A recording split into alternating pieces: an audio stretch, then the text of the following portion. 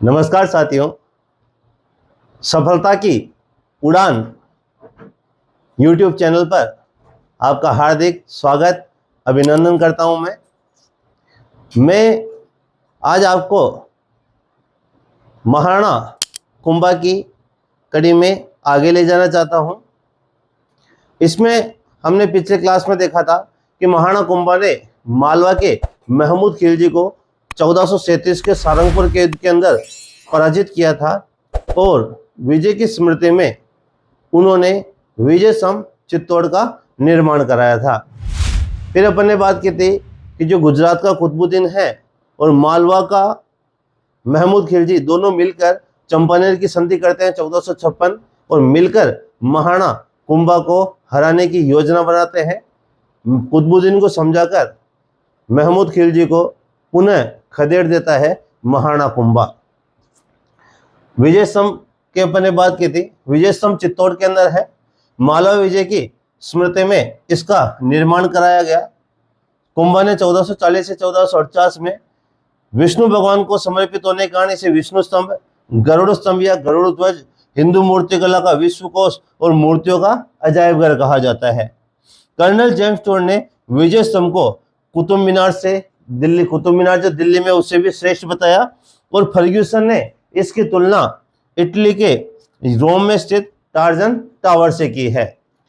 विजय स्तंभ 122 फीट ऊंचा है, 30 फीट चौड़ा है, 9 मंजिला है और इसकी तीसरी मंजिल पर अरबी में 9 बार अल्लाह लिखा हुआ है और 157 इसके अंदर क्या है, सीढ़ियां हैं। इसके ऊपर 15 अगस्त 1949 में डाक टिकट जारी किया गया। पहला ऐसा स्थल जिसके ऊपर डाक टिकट जारी किया गया। राजस्थान माध्यमिक शिक्षा बोर्ड RBSC और राजस्थान पुलिस का लोगो है। कीर्ति स्तंभ प्रशस्ति यहाँ पर लिखी हुई है। जो विजय स्तंभ चित्तौड़ में प्रशस्ति है वो कीर्ति स्तंभ प्रशस्ति है, मेवाड़ी बोली में है और यहाँ पर राणा हम्मीर को विषम घाटी पंचानन कहा गया है। कीर्ति स्तंभ प्रशस्ति को लिखना शुरू किया था अत्रि भट्ट ने, जिन्हें अभी कवि भी कहते हैं, और इसे पूरा कराया था महेश भट्ट ने। कीर्ति स्तंभ प्रशस्ति की बात कर रहे हैं तो अत्रि भट्ट इसे पूरा करता है। इस तरह से एक समझने की कोशिश करिएगा कि एक किताब है जिसका नाम है वंश भास्कर। ये वंश भास्कर पुस्तक है, ये सूर्यमल मिश्रण ने लिखी है। सूर्यमल मिश्रण। अगर क्वेश्चन पूछे कि राजस्थान के जो राज्य कवि है वो कौन है, तो सूर्यमल मिश्रण बूंदी के राजकवि थे। मूल नाम इनका सूरजमल था। इनका उपनाम वीर रसावतार इनका उपनाम था। वंश भास्कर इनकी जो प्रमुख रचनाएं हैं वीर सतसई, छंदोमयूख, बलवंत विलास इनकी रचनाएं हैं। तो सूर्यमल मिश्रण बूंदी के राजकवि है जिन्हें उपनाम वीर रसावतार के नाम से जाना जाता है। उनका मूल नाम सूरजमल था। राजस्थान के राज्य कवि है। इनकी रचनाओं में वंश भास्कर, वीर सतसई, छंदोमयूख, बलवंत विलास ये सूर्यमल मिश्रण की रचनाएं हैं। तो जो वंश भास्कर है ये सूर्यमल मिश्रण ने शुरू किया था और इसे पूरा कराया था इनके पुत्र मुरारी दान ने। मुरारी दान। तो वंश भास्कर शुरू किया सूर्यमल मिश्रण ने, पूरा कराया मुरारी दान ने। जैसे कीर्ति स्तंभ प्रशस्ति को लिखना शुरू किया था अत्रि भट्ट ने और पूरा कराया था महेश भट्ट ने। वंश भास्कर को शुरू किया था सूर्यमल मिश्रण ने और पूरा कराया था मुरारी दान ने। इसी तरह से अपने ये जूनागढ़ है, ये जूनागढ़ दुर्ग है बीकानेर के अंदर, इसे शुरू किया था राव बीकाने और इसे पूरा कराया था राय सिंह ने। तो इसी तरह से अपन बात कर रहे हैं कि जो जूनागढ़ बीकानेर है इसका निर्माण कार्य शुरू किया था राव बीकाने और पूरा कराया था राय सिंह ने। इसी तरह से अगर अपन बात करें तो जो आमेर दुर्ग है, इस आमेर दुर्ग को निर्माण कार्य शुरू किया था अपने बारमल ने, जिन्होंने 1562 में सांबर में अपनी पुत्री हरकाबाई, जिसे कहीं कहीं जोधाबाई के नाम से भी जाना जाता है, विवाह कराया था अकबर से 1562 में सांबर में। और सबसे पहले राजपूत जिसने मुगलों के दिन तक स्वीकार की थी आमेर के बारमल, जिन्होंने आमेर दुर्ग को शुरू किया था। और फिर इनके पोते बारमल के पुत्र भगवान दास के पुत्र जिनका नाम था मान सिंह, और मान सिंह ने इस आमेर दुर्ग को क्या किया था, पूरा कराया था।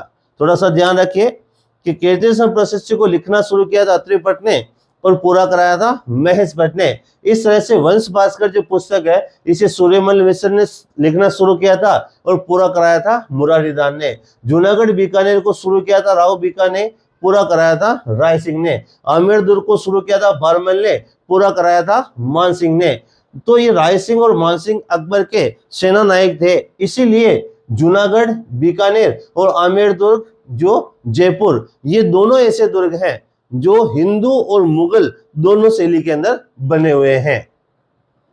राजस्थान में एकमात्र मुगल शैली से जो बना दुर्ग है वो है अकबर का किला, जिसे मैगजीन दुर्ग कहते हैं, अपने अजमेर के अंदर है।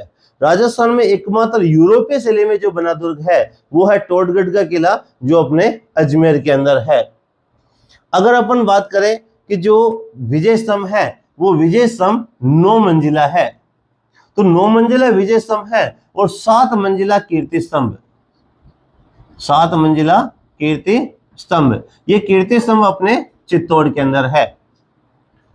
इसी तरह से अगर मैं 5 मंजिला की बात करूं तो 5 मंजिला है हवा महल, जो हवा महल कहां पर है, जयपुर के अंदर। तो 9 मंजिला विजय स्तंभ है और 7 मंजिला कीर्ति स्तंभ अपने चित्तौड़ के अंदर। जैन महाजन जीजा ने 11वीं शताब्दी के अंदर अपने आराध्य आदिनाथ जी को समर्पित जो जैन स्तंभ बनाया है वो कहलाता है कीर्ति स्तंभ अपने चित्तौड़ में, जो 7 मंजिला है। अपने जो प्रताप सिंह जयपुर के एक शासक हुए हैं, उन्होंने प्रताप सिंह ने 1699 के अंदर 5 मंजिला हवा महल बनाया। तो हवा महल जयपुर के अंदर कितने मंजिला है, 5 मंजिला है। और ये 5 मंजिला हवा महल प्रताप सिंह ने बनाया, माफी चाहता हूं 1699 नहीं 1799 के अंदर। 1727 में 18 नवंबर 1727 को जयपुर की स्थापना हुई थी और 1799 के अंदर अपने हवा महल बनाया गया जो 5 मंजिला है, और कहां पर, जयपुर के अंदर। तो ये अपने को ध्यान रखना है कि 9 मंजिला विजय स्तंभ, 7 मंजिला कीर्ति स्तंभ, 5 मंजिला अपने हवा महल जो अपने जयपुर के अंदर है। हवा महल के निर्माता कौन है, सवाई प्रताप सिंह 1799 के अंदर हवा महल की स्थापना करते हैं। कीर्ति स्तंभ 7 मंजिला है, चित्तौड़ के अंदर है। 11वीं शताब्दी के अंदर जैन महाजन जीजा ने आदिनाथ जी को समर्पित है जैन स्तंभ या जैन धर्म को समर्पित एक स्तंभ बनाया था। कीर्ति स्तंभ प्रशस्ति की बात की अपन ने, जिसको अत्रि भट्ट ने शुरू किया और महेश भट्ट इसे क्या करता है, पूरा कराता है। तो ये राजस्थान के अंदर विजय स्तंभ से संबंधित अपन ने बात की। महाराणा जो कुंभा है वो चित्तौड़ के अंदर सबसे प्रमुख जो है वो कराता है, विजय स्तंभ का निर्माण कराता है। तो विजय स्तंभ कहां पर है, चित्तौड़ के अंदर है। इसे कीर्ति स्तंभ कहां पर है, वो भी चित्तौड़ के अंदर है। कीर्ति स्तंभ 7 मंजिला है और विजय स्तंभ अपने 9 मंजिला है। हवा महल 5 मंजिला है। वंश भास्कर सूर्यमल मिश्र ने शुरू किया, मुरारी दास ने पूरा कराया। जूनागढ़ बीकानेर शुरू किया, राय सिंह ने पूरा कराया। आमेर दुर्ग जयपुर बारमल ने शुरू किया और मान सिंह ने इसे क्या कराया, पूरा कराया। कुंभा की बात कर रहे हैं अपन, तो जो कुंभा है विजय स्तंभ चित्तौड़ का क्या करता है, निर्माण करता है मालवा विजय की स्मृति में। महाराणा कुंभा के द्वारा जो चित्तौड़ दुर्ग का जो सुदृढ़ परकोटा है, तो जो कुंभा है वो चित्तौड़ दुर्ग का जो मजबूत परकोटा है वो कुंभा बनाते हैं। महाराणा कुंभा चित्तौड़ का जो सर्पिलाकार मार्ग है, सर्पिलाकार मार्ग, ये भी कौन बनाते हैं, कुंभा बनाते हैं। और सर्पिलाकार मार्ग में महाराणा कुंभा द्वारा 7 दरवाजों का निर्माण कराया जाता है। 7 दरवाजों में एक है पार्डन पोल। पार्डन पोल चित्तौड़ का दरवाजा है। पार्डन पोल है, भैरव पोल है, एक पोल है जिस पोल को कहते हैं बड़ी पोल, जिसे गणेश पोल के नाम से भी जाना जाता है। तो गणेश पोल या बड़ी पोल। एक जो दरवाजा है उस दरवाजे को जोड़ला पोल के नाम से जाना जाता है। एक दरवाजे को हनुमान पोल के नाम से जाना जाता है। एक दरवाजा लक्ष्मण पोल कहलाता है और एक दरवाजा राम पोल कहलाता है। तो महाराणा कुंभा ने सर्पिलाकार जो मार्ग है चित्तौड़ पर चढ़ने का वो बनाया और इसमें 7 दरवाजे हैं। पाटन पोल, भैरव पोल, गणेश पोल जिसे बड़ी पोल कहते हैं, जोड़ला पोल, हनुमान पोल, लक्ष्मण पोल और राम पोल। महाराणा कुंभा ने चित्तौड़ दुर्ग में कुंभा महल बनाया। तो कुंभा महल, तो जो कुंभा महल है ये कहाँ पर है? अपने चित्तौड़ के अंदर है। और ये किसने बनाया? तो महाराणा कुंभा ने बनाया। महाराणा कुंभा ने चित्तौड़ के अंदर एक मंदिर बनाया जिसे कहते हैं कुंभ श्याम का मंदिर। कुंभ श्याम का मंदिर। तो कुंभ श्याम का मंदिर कुंभा ने चित्तौड़ में भी बनाया और कुंभ श्याम का मंदिर कुंभा ने कुंभलगढ़ में भी बनाया। ये जो कुंभ श्याम का मंदिर है चित्तौड़ के अंदर, यहीं पर भक्त शिरोमणि मीराबाई तपस्या करते थे, इसलिए इसे वर्तमान में मीरा मंदिर के नाम से भी जाना जाता है। और एक छोटा सा एक मंदिर भी बना है, उसको भी जैसे मीरा मंदिर के नाम से संबोधित किया जाता है। वरना जो कुंभ श्याम का मंदिर है जो चित्तौड़ में महाराणा कुंभा ने बनाया वो वर्तमान में मीरा मंदिर के नाम से जाना जाता है। महाराणा कुंभा की जो पुत्री थी उनका नाम था रमाबाई। रमाबाई, ये जो रमाबाई है, इन रमाबाई का कुंभा ने विवाह, बहुत विदुषी महिला थी, इन्हें वागीश्वरी की उपाधि मिली है। वागीश्वरी जो सरस्वती माँ का नाम है। तो जो रमाबाई है कुंभा की पुत्री थी और इन रमाबाई का जो विवाह हुआ था वो मंडलिक के साथ हुआ था। मंडलिक के साथ में इनका विवाह हुआ था और इनके विवाह के उपलक्ष्य में महाराणा कुंभा ने संगमरमर की एक चौरी बनी थी जिसे कहते हैं श्रृंगार चौरी। तो ये श्रृंगार चौरी है ये चित्तौड़ के अंदर किसने बनी? महाराणा कुंभा ने अपनी पुत्री रमाबाई के विवाह के उपलक्ष्य में जो मंडलिक से हुआ था। एक श्रृंगार चौकी है, श्रृंगार चौकी, श्रृंगार चौकी। ये जो श्रृंगार चौकी है ये मेहरानगढ़ में है और मेहरानगढ़ अपने जोधपुर। ये ऐसा स्थान था जहां पर बैठकर जोधपुर के राठौड़ शासक जो नया बनता था उसका राज तिलक किया जाता था। आपने जोधपुर के एक शासक हुए हैं जसवंत सिंह, उन जसवंत सिंह का दरबारी जो मोहनौत नैन्सी था जिसे राजपूताने का अबुल फजल कहा जाता है।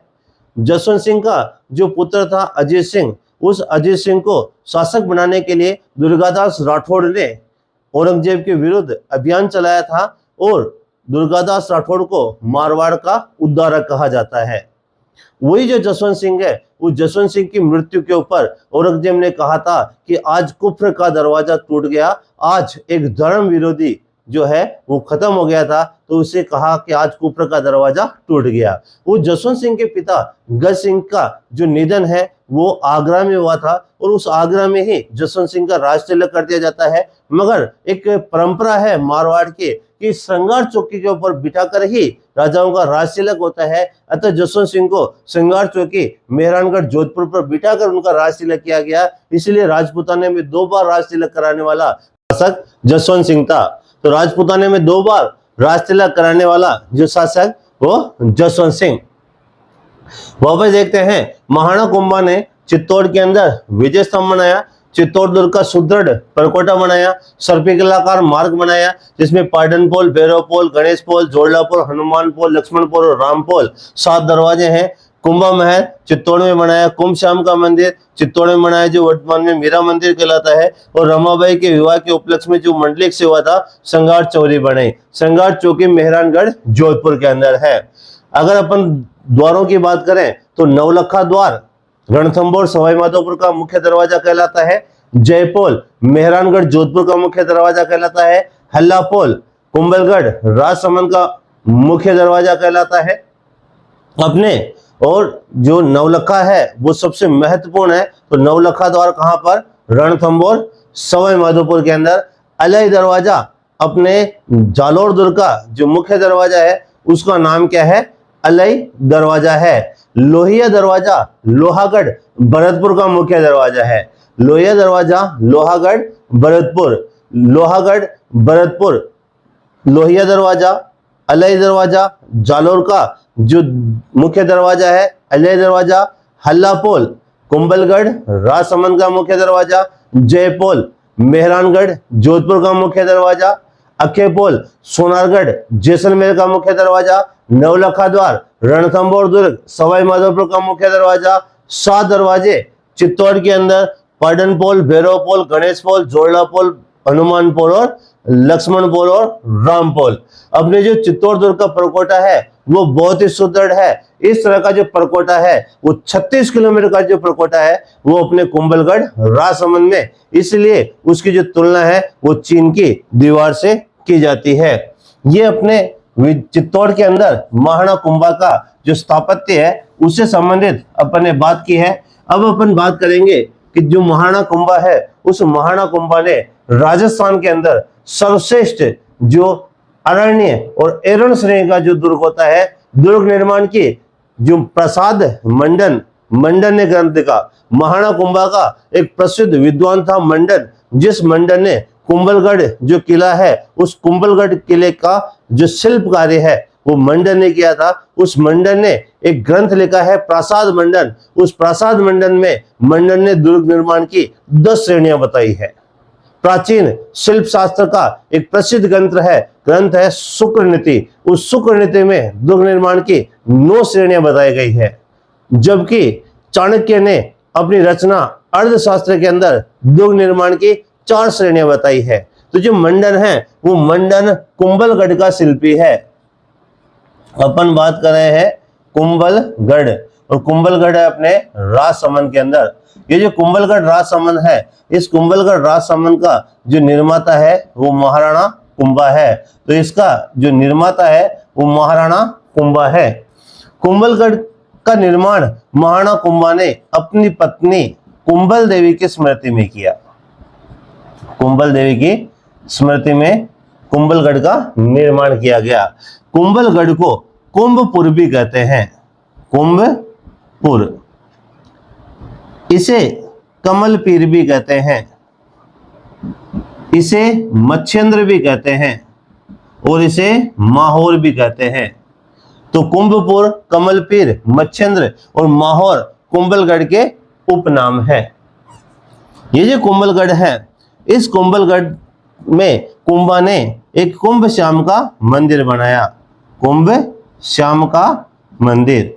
तो कुंभ श्याम का मंदिर महाराणा कुंभा ने चित्तौड़ में बनाया, जो वर्तमान में मेरा मंदिर कहलाता है, और कुंभ श्याम का मंदिर महाराणा कुंभा ने कुंभलगढ़ में बनाया, जो वर्तमान में मामादेव मंदिर कहलाता है। मामादेव मंदिर। ये जो मामादेव मंदिर है इसी के पास में मामादेव कुंड भी है। मामादेव कुंड भी है। कुछ विद्वानों के अनुसार महाराणा कुंभा की हत्या उसके पुत्र उदयकर्ण या उदा ने इसी मामादेव कुंड के पास में की थी। कुछ विद्वान मानते हैं कि महाराणा कुंभा की हत्या उसके पुत्र उदयकर्ण या उदा ने अपने आराध्य शिव को की आराधना करने के दौरान उदा ने उनके पीछे खंजर घोंप दिया था और उससे कुंभा का निधन हुआ। कुछ विद्वान मानते हैं कि जो इस कुंभलगढ़ के अंदर सबसे ऊंचाई के ऊपर एक अंतर दुर्ग है जिसका नाम है कटारगढ़। तो कटारगढ़ कहां पर है? कुंभलगढ़ के अंदर है, और कुंभलगढ़ अपने राजसमंद। ये कुंभा का निवास स्थान था। कुंभा का निवास था, और ये मेवाड़ की आंख कहलाता है। मेवाड़ की आंख। तो मेवाड़ की जो आंख है वो कटारगढ़ कहलाता है, जो कुंभलगढ़ में स्थित एक अंतर दुर्ग है, जो कुंभा का निवास स्थान था। और यही इसकी छत से उदा ने कुंभा को धक्का देकर नीचे गिराकर उसकी हत्या कर दी थी। इस तरह से वर्णन मिलता है। तो कटारगढ़ कुंभलगढ़ में कुंभा का निवास स्थान था, इसे मेवाड़ की आंख कहते हैं, और यहीं पर कुंभा की हत्या कौन करता है? उदय सिंह जिसे उदय सिंह प्रथम कहते हैं, उदय सिंह द्वितीय महाराणा प्रताप के पिताजी और उदयपुर बसाने वाले होंगे। और ये उदय सिंह, जिसे उदा के नाम से जाना गया है, ये अपने मेवाड़ के अंदर पितृहंता होता है। तो पितृहंता उदा ने कुंभा की हत्या कर दी। ये जो कटारगढ़ है ये बहुत ही ऊंचाई के ऊपर बना है, इसलिए अबुल फजल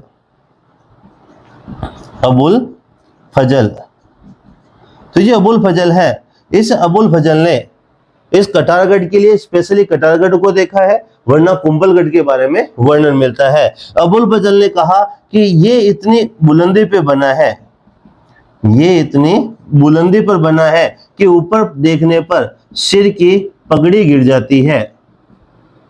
तो ये इतनी बुलंदी पे बना है कि ऊपर देखने पर सर की पगड़ी गिर जाती है। ये अबुल फजल किस दुर्ग के लिए कहता है? कुंभलगढ़ के लिए कहता है, या कुंभलगढ़ की जगह अगर ऑप्शन में कटारगढ़ आए तो भी सही है, क्योंकि ऊंचाई पर कौन सा किला बना है? कटारगढ़। तो कटारगढ़ कुंभलगढ़ राजसमंद में कुंभा का निवास स्थान, यहाँ इसे मेवाड़ की आंख कहते हैं। कहां पर? कुंभा की हत्या उसके पुत्र उदयकरण या उदा ने कर दी। अबुल फजल ने इसके लिए कहा कि इतनी बुलंदी पे बना है कि ऊपर देखने पर सर की पगड़ी गिर जाती है। ये जो अबुल फजल है, यही अबुल फजल रणथंबोर सवाई माधोपुर के लिए कहता है कि अन्य सब दुर्ग नंगे हैं और ये बख्तर बंद है। रणथंबोर जो सवाई माधोपुर है, उस रणथंबोर सवाई माधोपुर के ऊपर अलाउद्दीन खिलजी के चाचा जलालुद्दीन खिलजी ने आक्रमण किया और 1292 के अंदर जब वो उस दुर्ग को नहीं जीत पाया तो वो कहता है कि मैं इसे 10 दुर्गों को भी मुसलमान के एक बाल के बराबर भी नहीं समझता। तो रणथंबोर सवाई माधोपुर के लिए अबुल फजल कहता है कि अन्य सब दुर्ग नंगे हैं और ये बख्तरबंद है। रणथंबोर सवाई माधोपुर के लिए जलालुद्दीन खिलजी कहता है कि मैं ऐसे 10 दुर्गों को भी मुसलमान के एक बाल के बराबर भी नहीं समझता। अपने जो तारागढ़ है, बूंदी का किला, तारागढ़ बूंदी के लिए कर्नल जेम्स टोड कहता है कि रजवाड़े के सभी दुर्गों में मैंने ऐसा सर्वश्रेष्ठ दुर्ग नहीं देखा है, और यहाँ के जो राजमहल है, यहाँ के जो प्रसाद है, वो अद्वितीय है, अप्रीतम है। फर्ग्यूसन जो अपने एक विद्वान हुए हैं, और एक रोडयार्ड कीपलिंग जो एक विद्वान हुए हैं, उन्होंने भी अपने राजस्थान के लिए बहुत सारे सेक्टरों के लिए बहुत सारी चीजें की है। तो रोडयार्ड कीपलिंग जो जंगल बुक का लेखक है, वो तारागढ़ बूंदी में स्थित सुख महल में ठहरे थे और उन्होंने उस बूंदी के किले को प्रेतों के द्वारा निर्मित बताया था। इस तरह से कर्नल जेम्स टोड जो है वो अपने अन्य जो दुर्गों हैं, अन्य महल हैं, उनके बारे में जो उसके विचार होते हैं या अन्य स्थानों के बारे में विचार होते हैं, बहुत ही महत्वपूर्ण होता है। कर्नल जेम्स टोड अपने आप में एक विकिपीडिया है अपने राजस्थान के लिए, राजस्थान के इतिहास लेखन का पितामह कहलाता है। कर्नल जेम्स टोड जो है, ये कर्नल जेम्स टोड मेवाड़ के अंदर हल्दीघाटी का युद्ध हुआ था, उसे मेवाड़ के थर्मोपोली कहता है। अपने दिवेल के युद्ध को मेवाड़ का मैराथन कहता है। Colonel James Tod Guru Shikhar को संतों का शिखर कहता है और माउंट आबू को हिंदू ओलंपस की संज्ञा देता है। बिशप हेबर अपने एक विद्वान हुए हैं और उस बिशप हेबर ने सर्वाधिक आक्रमण के कारण तारागढ़ जो अजमेर है उसे राजस्थान का जिब्राल्टर कहा है। राजस्थान का दूसरा जिब्राल्टर बयाना भरतपुर को कहा जाता है। इस तरह से हम अपने जो कुछ नाम है, कुछ कथन है, उसके बारे में मैंने आपको थोड़ा सा समझाने की कोशिश की। बार बार अभ्यास करेंगे, मैं आपको और भी समझाऊंगा। तो अबुल फजल कहता है कि इतनी बुलंदी पे बना है कि ऊपर देखने पर सिर की पगड़ी गिर जाती है। ये कुंभलगढ़ के लिए, कटारगढ़ के लिए कौन कहता है? अबुल फजल कहता है। महाराणा कुंभा जो है, ये कुंभा की एक पत्नी थी जिसके जो झालावाड़ की थी, तो वो झाला कहलाती है, और झालिया रानी का मालिया, तो वह कहलाता है जालिया मालिया महल। जालिया मालिया महल, तो जालिया मालिया महल भी अपने कहां पर है? राजस्थान के अंदर, कुंभलगढ़ के अंदर है। इस कुंभलगढ़ के अंदर एक बादल महल है, बादल महल। ये बादल महल भी अपने कुंभलगढ़ के अंदर है, जालिया मालिया महल भी अपने कुंभलगढ़। बादल महल जो अपने कुंभलगढ़ में है, यहाँ पर 9 मई 1540 को वीर शिरोमणि महाराणा प्रताप का यहाँ पर क्या होता है, जन्म होता है। तो बादल महल, कुंभलगढ़, राजसमंद, यहाँ पर 9 मई 1540 को वीर शिरोमणि महाराणा प्रताप का क्या होता है, जन्म होता है। जो कुंभलगढ़ है, इस कुंभलगढ़ का मुख्य दरवाजा है उसका नाम है हल्ला पोल। कुंभलगढ़ का मुख्य दरवाजे का नाम क्या है, हल्ला पोल है। कुंभलगढ़ जो है ये जरगा व रागा पहाड़ियों के बीच में स्थित है और ये मेवाड़ और मारवाड़ की सीमा पर स्थित है। तो मेवाड़ और मारवाड़ की सीमा पर और जरगा और रागा पहाड़ियों के बीच में कौन सा किला है, कुंभलगढ़ का किला। इस कुंभलगढ़ की जो दीवार है वो 36 किलोमीटर लंबी है, इसलिए इसकी तुलना चीन की दीवार से की जाती है। तो कुंभलगढ़ की जो दीवार है वो 36 किलोमीटर लंबी है और इसकी जो तुलना है वो चीन की दीवार से की जाती है। इसके बुर्ज एवं कंगूरों के अलंकरण के कारण, बुर्ज एवं कंगूरों के अलंकरण के कारण कर्नल जेम्स टोड ने इसे एस्ट्रूकन दुर्ग की संज्ञा दी। एस्ट्रूकन की संज्ञा दी। तो एस्ट्रूकन की संज्ञा कर्नल जेम्स टोड के द्वारा किस दुर्ग को दी गई है, कुंभलगढ़ को दी गई है। कुंभलगढ़ अपने राजसमंद के अंदर है और ये कौन देता है, तो कर्नल जेम्स टोड देता है। कर्नल जेम्स टोड ने इसे एस्ट्रूकन की संज्ञा दी है। 36 किलोमीटर की लंबी दीवार है, इसलिए इसकी तुलना चीन की दीवार से की जाती है। जरगा और रागा पहाड़ियों में मेवाड़ और मारवाड़ की सीमा पर स्थित है। इसका जो मुख्य दरवाजा है उसका नाम हल्ला पोल है। बादल महल, कुंभलगढ़, राजसमंद, 9 मई 1540 को महाराणा प्रताप का जन्म होता है। एक बादल महल अपने गेब सागर डूंगरपुर के मध्य में है।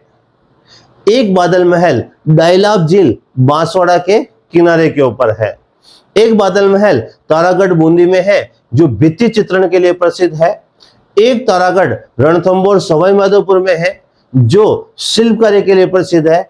एक बादल महल सोनारगढ़ जैसलमेर में है जो पत्थरों की बारीक जालीदार कटाई के लिए प्रसिद्ध है और तत्कालीन जो सिलावटों ने उसका निर्माण किया था और तत्कालीन समय में जो शासक था वेरी साल उनको भेंट किया था। अपन बात कर रहे हैं कि जो बादल महल है वो गेब सागर है, डूंगरपुर के मध्य में स्थित है। एक बादल महल डाइलाब झील बांसवाड़ा के किनारे के ऊपर है। एक बादल महल तारागढ़ बूंदी में है जो भित्ति चित्रण के लिए प्रसिद्ध है। एक तारागढ़ रणथंभौर सवाई माधोपुर में है जो शिल्पकारी के लिए प्रसिद्ध है। एक बादल महल सोनारगढ़ जैसलमेर में है जो पत्थरों की बारीक जालीदार कटाई के लिए प्रसिद्ध है। एक बादल महल अपने कुंभलगढ़ में है जहां पर वीर शिरोमणि महाराणा प्रताप का 9 मई 1540 को जन्म होता है।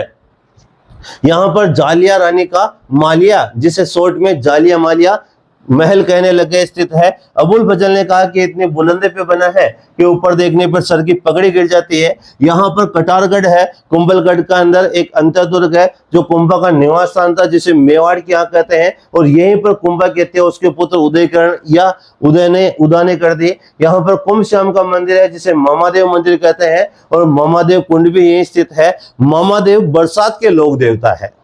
मामादेव बरसात के लोक देवता है। मामादेव को खुश करने के लिए भैंसे की बलि दी जाती है।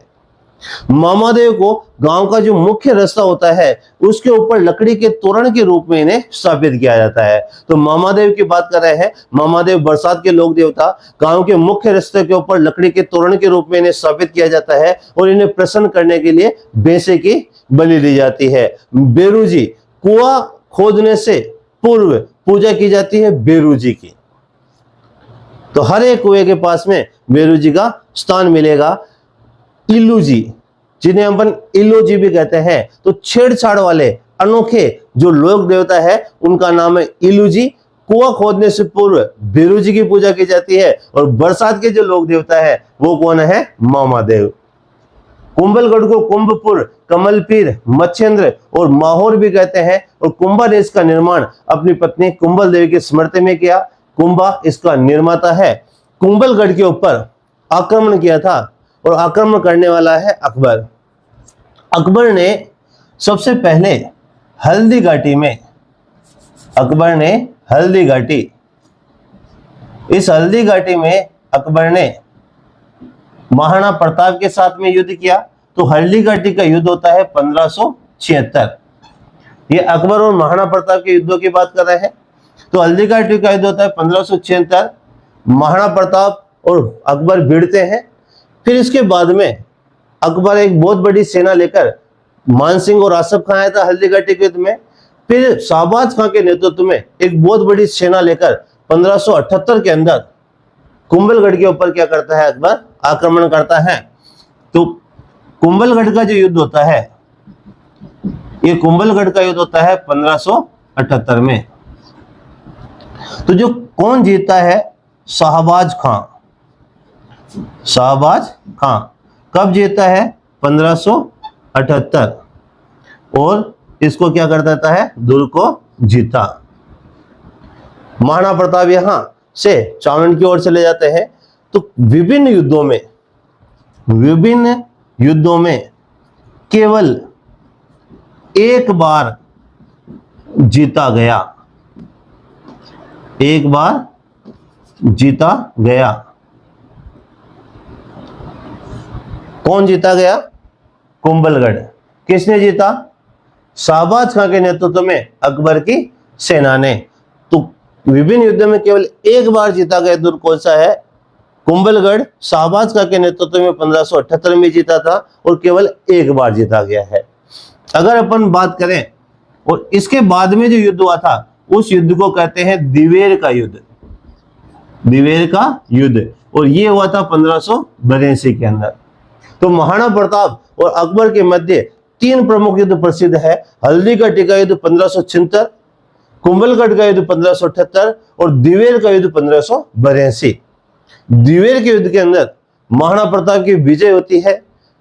हल्दीघाटी युद्ध को कर्नल जेम्स टोड मेवाड़ की थर्मोपोली कहता है, और दिवेर के युद्ध को कर्नल जेम्स टोड मेवाड़ का मैराथन कहता है। तो विभिन्न युद्धों में केवल एक बार जीता गया दुर्ग कौन सा हो गया, कुंभलगढ़।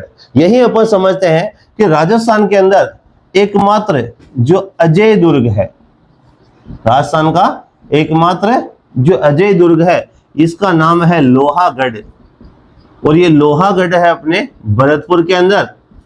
1733 के अंदर सूरजमल जाट ने इसका निर्माण कराया था। सूरजमल जाट, जिसे जाटों को प्लेटो, जाटों का अफलातून कहते हैं सूरजमल जाट को। इस सूरजमल जाट ने 1733 के अंदर लोहागढ़ किले का निर्माण करा भरतपुर। इस किले को न तो मुगल जीत पाए, न ही अंग्रेज जीत पाए, क्योंकि इसकी जो दीवार है वो मिट्टी से बनी हुई है। तो मिट्टी से बना एकमात्र दुर्ग है लोहागढ़ भरतपुर, जो राजस्थान का एकमात्र अजय दुर्ग है। राजस्थान में सर्वाधिक जो आक्रमण हुए हैं वो तारागढ़ अजमेर के ऊपर हुए हैं, इसलिए सर्वाधिक आक्रमण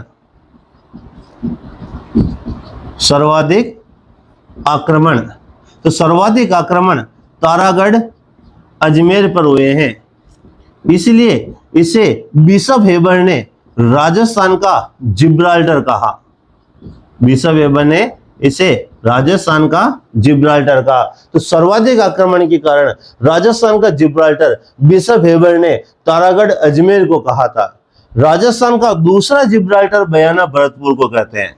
राजस्थान का दूसरा जो जिब्राल्टर है ये कहलाता है बयाना का किला, और बयाना दुर्ग कहां पर है, तो भरतपुर के अंदर।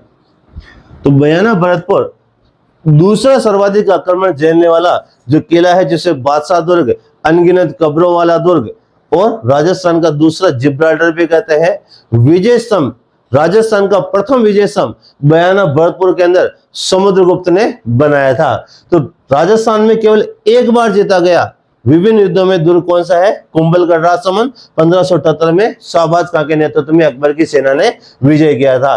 राजस्थान का एकमात्र अजय दुर्ग है लोहागढ़ भरतपुर। 1733 में जाटों का प्लेटो, जाटों का अफलातून, सूरजमल जाट इसका निर्माण करता है। सर्वाधिक आक्रमण के कारण तारागढ़ अजमेर को राजस्थान का जिब्राल्टर कहा जाता है, और दूसरा जिब्राल्टर बयाना भरतपुर को कहा जाता है, जहां पर राजस्थान का प्रथम विजय स्तंभ समुद्रगुप्त ने बनाया था, और यही से कांच के गुप्तकालीन सिक्कों की क्या हुई है, प्राप्ति हुई है।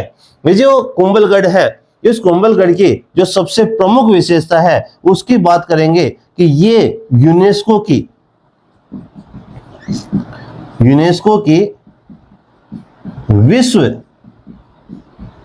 विरासत सूची में शामिल।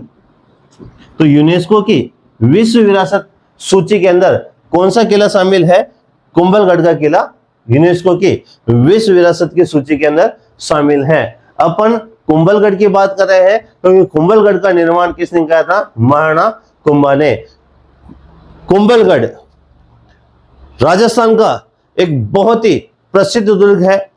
चित्तौड़गढ़ राजस्थान का बहुत ही प्रसिद्ध दुर्ग है। तो मैंने अपने YouTube चैनल सफलता की उड़ान में ऐसे कुंभलगढ़ को केवल एक वीडियो के अंदर पूरा कुंभलगढ़ समझाया है। चित्तौड़गढ़ के लिए तो मैंने एक बहुत बड़ा पूरा संपूर्ण चित्तौड़ और गढ़ और उससे संबंधित जो जानकारी है वो मैंने एक ही वीडियो में दी है। आप उन वीडियो को भी हमारी प्लेलिस्ट में जाकर देखिएगा। अपन कुंभलगढ़ की बात कर रहे थे और कुंभलगढ़ अपने कुंभा ने बनाया, इसलिए यहां पर अपने को पढ़ना जरूरी था। कुंभलगढ़ जो है ये कुंभा ने बनाया। चित्तौड़ दुर्ग का प्रकोटा विजय स्तंभ कुंभा ने बनाया। कुंभा ने राजस्थान के मेवाड़ में स्थित 84 में से 32 दुर्गों का निर्माण अकेले कुंभा ने कराया। इस बात का वर्णन हमें श्यामल दास की रचना वीर विनोद में मिलता है। अतः कुछ ऐसे दुर्गों के बारे में हमें और समझना रहेगा। अब मैं आपको बता रहा हूं कि जो कुंभलगढ़ है उस कुंभलगढ़ का जो मुख्य शिल्पी था उसका नाम है मंडन। याद रखिएगा, कुंभलगढ़ का जो शिल्पी है उसका नाम क्या है? मंडन। कुंभलगढ़ का शिल्पी मंडन। अगर मैं यहां पर बात करूं और मैं लिख रहा हूं विजय जो स्तंभ है, और विजय स्तंभ कहां पर है? चित्तौड़ के अंदर। विजय स्तंभ कहां है? चित्तौड़। जेता, नापा, पोमा और पुंजा विजय स्तंभ चित्तौड़ के शिल्पी है। तो विजय स्तंभ चित्तौड़ के शिल्पी कौन है? जेता, नापा, पोमा और पुंजा। अगर मैं यहां लिखूं और यहां मैं लिख रहा हूं जगदीश मंदिर, और जगदीश मंदिर है अपने उदयपुर में। जगदीश मंदिर कहां है? उदयपुर। इसके जो शिल्पी है उनका नाम है अर्जुन, बाणा और मुकुंद। तो अर्जुन और बाणा और मुकुंद किसके शिल्पी हैं? जगदीश मंदिर उदयपुर के। जेता, नापा, पोमा और पुंजा किसके हैं? विजय स्तंभ चित्तौड़ के। और ये जो मंडन है ये मंडन किसका शिल्पी है? कुंभलगढ़ का। तो कुंभलगढ़ का शिल्पी कौन है? मंडन। इस तरह से 1444 खंभों वाला जो रणकपुर का जैन मंदिर है, तो रणकपुर जो जैन मंदिर है ये रणकपुर जैन मंदिर कहां पर है? पाली। इसका जो मुख्य शिल्पी है उसका नाम देपाक है। तो रणकपुर जैन मंदिर जो पाली है उसका मुख्य शिल्पी कौन है? देपाक। जगदीश मंदिर उदयपुर का मुख्य शिल्पी कौन है? अर्जुन, बाणा और मुकुंद। और विजय स्तंभ चित्तौड़ का मुख्य शिल्पी कौन है? जेता, नापा, पोमा और पुंजा। इस तरह से जयपुर जो शहर है वो जयपुर शहर बसाया था विद्याधर भट्टाचार्य ने। तो जयपुर शहर का वास्तुकार, जयपुर शहर, ये जयपुर शहर कहां पर है? जयपुर के अंदर है। और इसका जो वास्तुकार है वो है विद्याधर भट्टाचार्य, और इसका जो सहयोगी था उसका नाम था दत्तानी। तो विद्याधर भट्टाचार्य और दत्तानी जयपुर शहर का वास्तुकार है। इंजीनियरों की बात कर रहे हैं अपन, इंजीनियर जिन्होंने इनका निर्माण कराया है। राजस्थान का सबसे बड़ा संग्रहालय Albert museum, Albert Hall Jaipur के अंदर है, जिसे वास्तुकला, चित्रकला और शिल्पकला की त्रिवेणी कहा जाता है। तो ऐसा है अल्बर्ट हॉल। अल्बर्ट हॉल, ये अल्बर्ट हॉल है जयपुर के अंदर। प्रिंस अल्बर्ट ने जयपुर की यात्रा की थी, जब जयपुर के जो राम सिंह द्वितीय है, उन राम सिंह द्वितीय ने जयपुर को गुलाबी रंग से रंगवाया था, इसीलिए गुलाबी शहर जयपुर को कहा जाता है। गुलाबी शहर, पिंक सिटी जयपुर को कहा जाता है। Royal town of India, royal town of India ऐसी पुस्तक है जिसके अंदर सबसे पहले जयपुर को पिंक सिटी या गुलाबी शहर कहा गया है। तो अल्बर्ट के आगमन पर ही अल्बर्ट हॉल राम सिंह द्वितीय ने बनाया था। ये जो अल्बर्ट हॉल जयपुर के अंदर है, यहाँ पर वर्तमान में अल्बर्ट म्यूजियम चलता है, और ये राजस्थान में जो त्रिवेणी कहा जाता है। तो ये अल्बर्ट हॉल, इसका जो वास्तुकार है उसका नाम है जेकब स्टीवन। Jacob Steven. तो Jacob Steven Albert Hall Jaipur के शिल्पी हैं। विद्याधर भट्टाचार्य और दत्तानी जयपुर शहर के शिल्पी हैं। देपाग रणकपुर जैन मंदिर पाली का शिल्पी है। अर्जुन बाणा और मुकुंद जगदीश मंदिर उदयपुर के शिल्पी है। जेता नापा पोमा और पुंजा विजय सम चित्तौड़ के शिल्पी है। और जो अपने कुंभलगढ़ का जो शिल्पी है वो कौन है? तो मंडन है।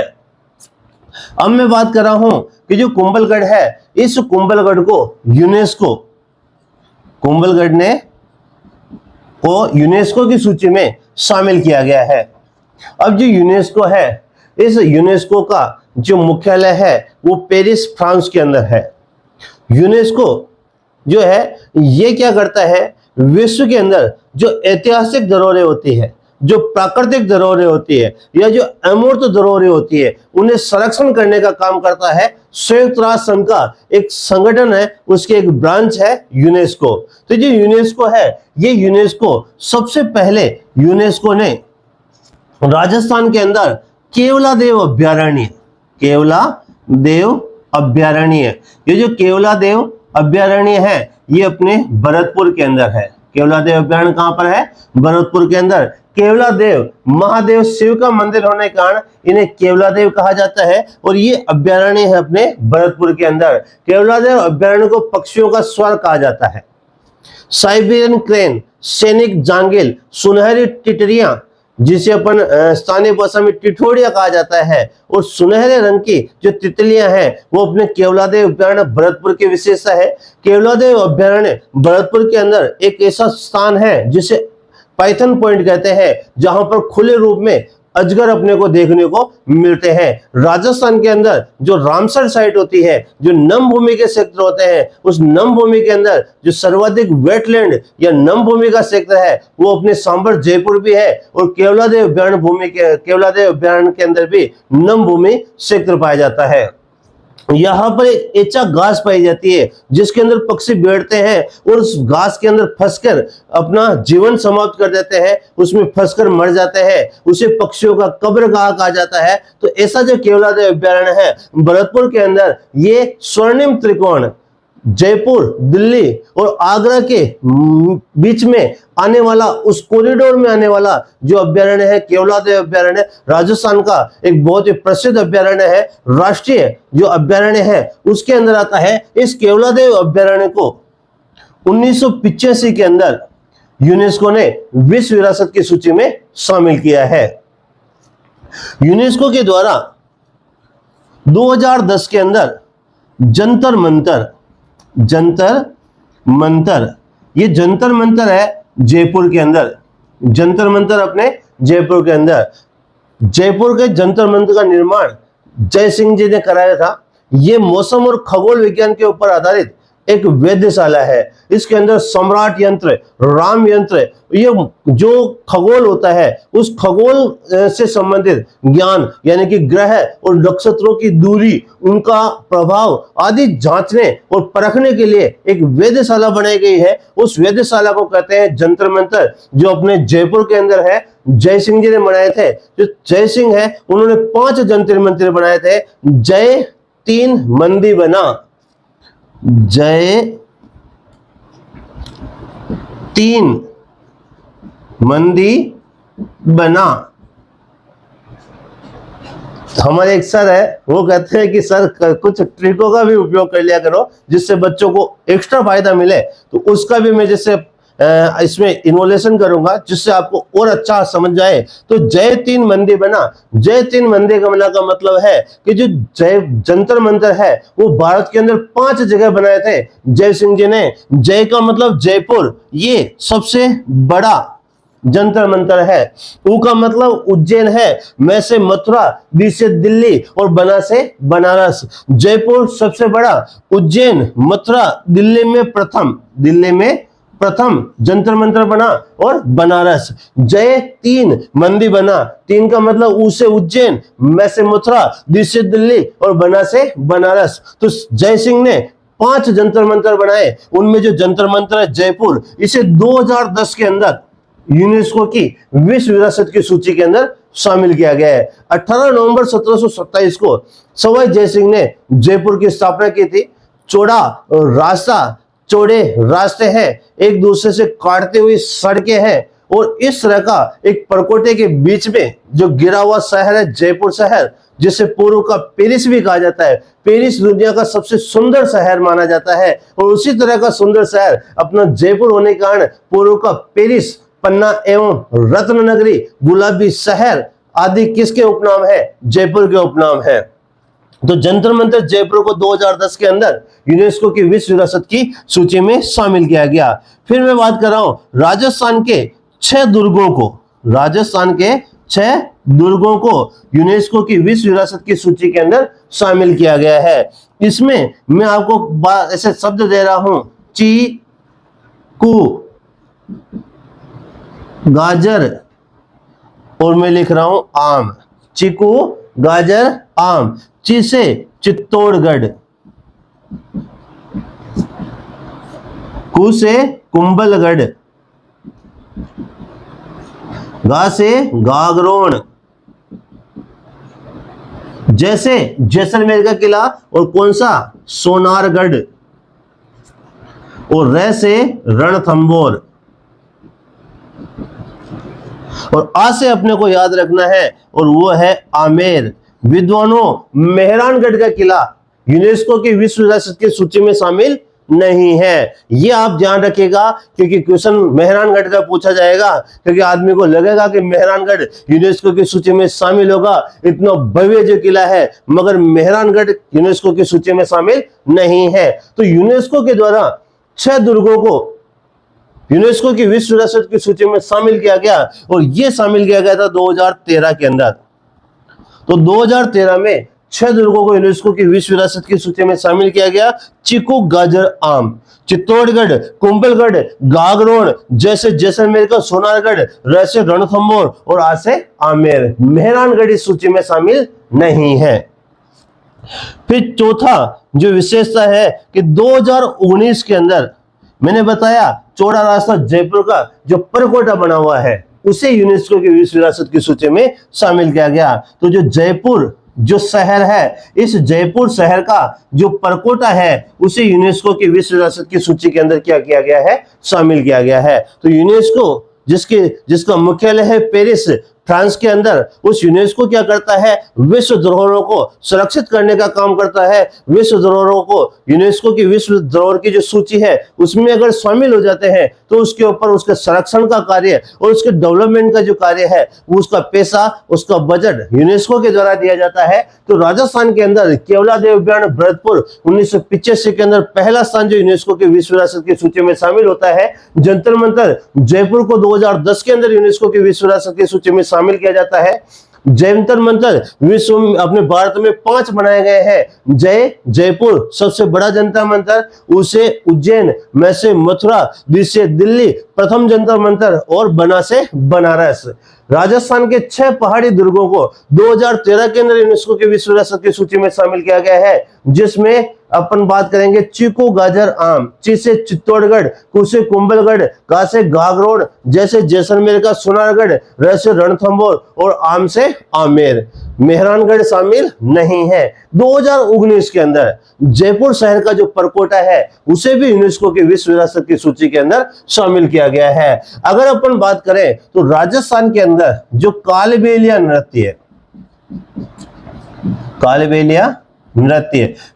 नृत्य की जो प्रसिद्ध नृत्यांगना है उसका नाम है गुलाबो।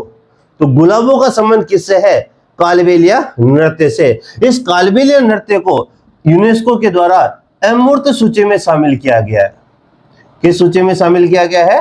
अमूर्त सूची में शामिल किया है। दिखता नहीं है मगर धरोहर है, इसे अमूर्त सूची कहा जाता है। तो कालबेलिया नृत्य को राजस्थान के अंदर यूनेस्को की विश्व धरोहर की अमूर्त सूची के अंदर शामिल किया गया है। अगर अपन बात करें कि जो प्रस्तावित है, तो प्रस्तावित है राजस्थान की पगड़ियां। तो राजस्थान की जो पगड़ियां हैं वो यूनेस्को की विश्व विरासत की सूची के अंदर क्या है, प्रस्तावित है। थोड़ा सा ध्यान रखिएगा कि जो यूनेस्को है, इस यूनेस्को के भी बहुत बार क्वेश्चन पूछे जाते हैं, आपको इसके बारे में भी आपको क्या रखना है, थोड़ा सा ध्यान रखना है। तो यूनेस्को की जो सूची में कालबेलिया नृत्य को, तो अपन कुंभलगढ़ की बात कर रहे हैं, और उस कुंभलगढ़ भी क्या है, यूनेस्को की विश्व विरासत की सूची के अंदर शामिल जो किला है वो कुंभलगढ़ का किला है, जिसका शिल्पी कौन है, मंडन, उसका शिल्पी मंडन। महाराणा जो कुंभा है, इस महाराणा कुंभा के द्वारा राजस्थान के अंदर देखो कुंभलगढ़ का किला बन गया। ये जरगा और रागा पहाड़ियों के अंदर बहुत ही खतरनाक एकांत वीराने के अंदर पहाड़ियों के मध्य स्थित है। तो ये सुरक्षा की दृष्टि से कुंभलगढ़ का किला महाराणा कुंभा ने बनाया था, जिसके बारे में अपने बात की थी कि 1578 में अकबर जब शाहबाज खां के नेतृत्व में बहुत बड़ी सेना भेजता है, और उस कुंभलगढ़ की जो 36 किलोमीटर की जो दीवार है, उस 36 किलोमीटर की दीवार पे चारों तरफ वो तीन तीन सैनिकों की जो लाइन बनाकर उस कुंभलगढ़ के ऊपर आक्रमण करता है और उस कुंभलगढ़ को जीतता है। तो इतना जो विशाल परकोटा होने के कारण उसे जीतना अजय था, मगर शाहबाज खां के नेतृत्व में 1578 में अकबर की सेना ने कुंभलगढ़ को विभिन्न युद्धों में केवल एक बार जीता था। तो ये सुरक्षा के दृष्टि से अब अगर इस क्षेत्र में भी अगर सुरक्षित अगर नहीं रहे, तो द्वितीय रक्षा पंक्ति, पहले तो है ही, अब द्वितीय रक्षा पंक्ति के तहत महाराणा कुंभा ने अचलगढ़ का निर्माण किया था। अचलगढ़ जो है वो परमारों के आराध्य अचलेश्वर महादेव को समर्पित है। तो महाराणा कुंभा ने अचलगढ़ का भी निर्माण कराया। अचलगढ़, ये जो अचलगढ़ है ये माउंट आबू सिरोही के अंदर है। अचलगढ़ माउंट आबू सिरोही के अंदर है। तो ये जो अचलगढ़ है, इस अचलगढ़ का निर्माण कराया था, तो निर्माता कौन है, कुंभा। एक्चुअल में इसका निर्माण परमारों ने कराया था। तो इसलिए ऐसा है कि परमारों के भग्नावशेष, शेष, तो परमारों के क्या थे, भग्नावशेष, यानी कि अवशेष बचे हुए हैं जो खंडित होने के बाद। तो परमारों के भग्नावशेष पर कौन सी रक्षा पंक्ति, द्वितीय रक्षा पंक्ति के तहत, तो परमाणु के भग्नावशेष पर और द्वितीय रक्षा पंक्ति के तहत रणमल के सुझाव पर, रणमल जोधा के पिताजी, तो रणमल के सुझाव पर कुंभा ने इसका क्या कराया, निर्माण।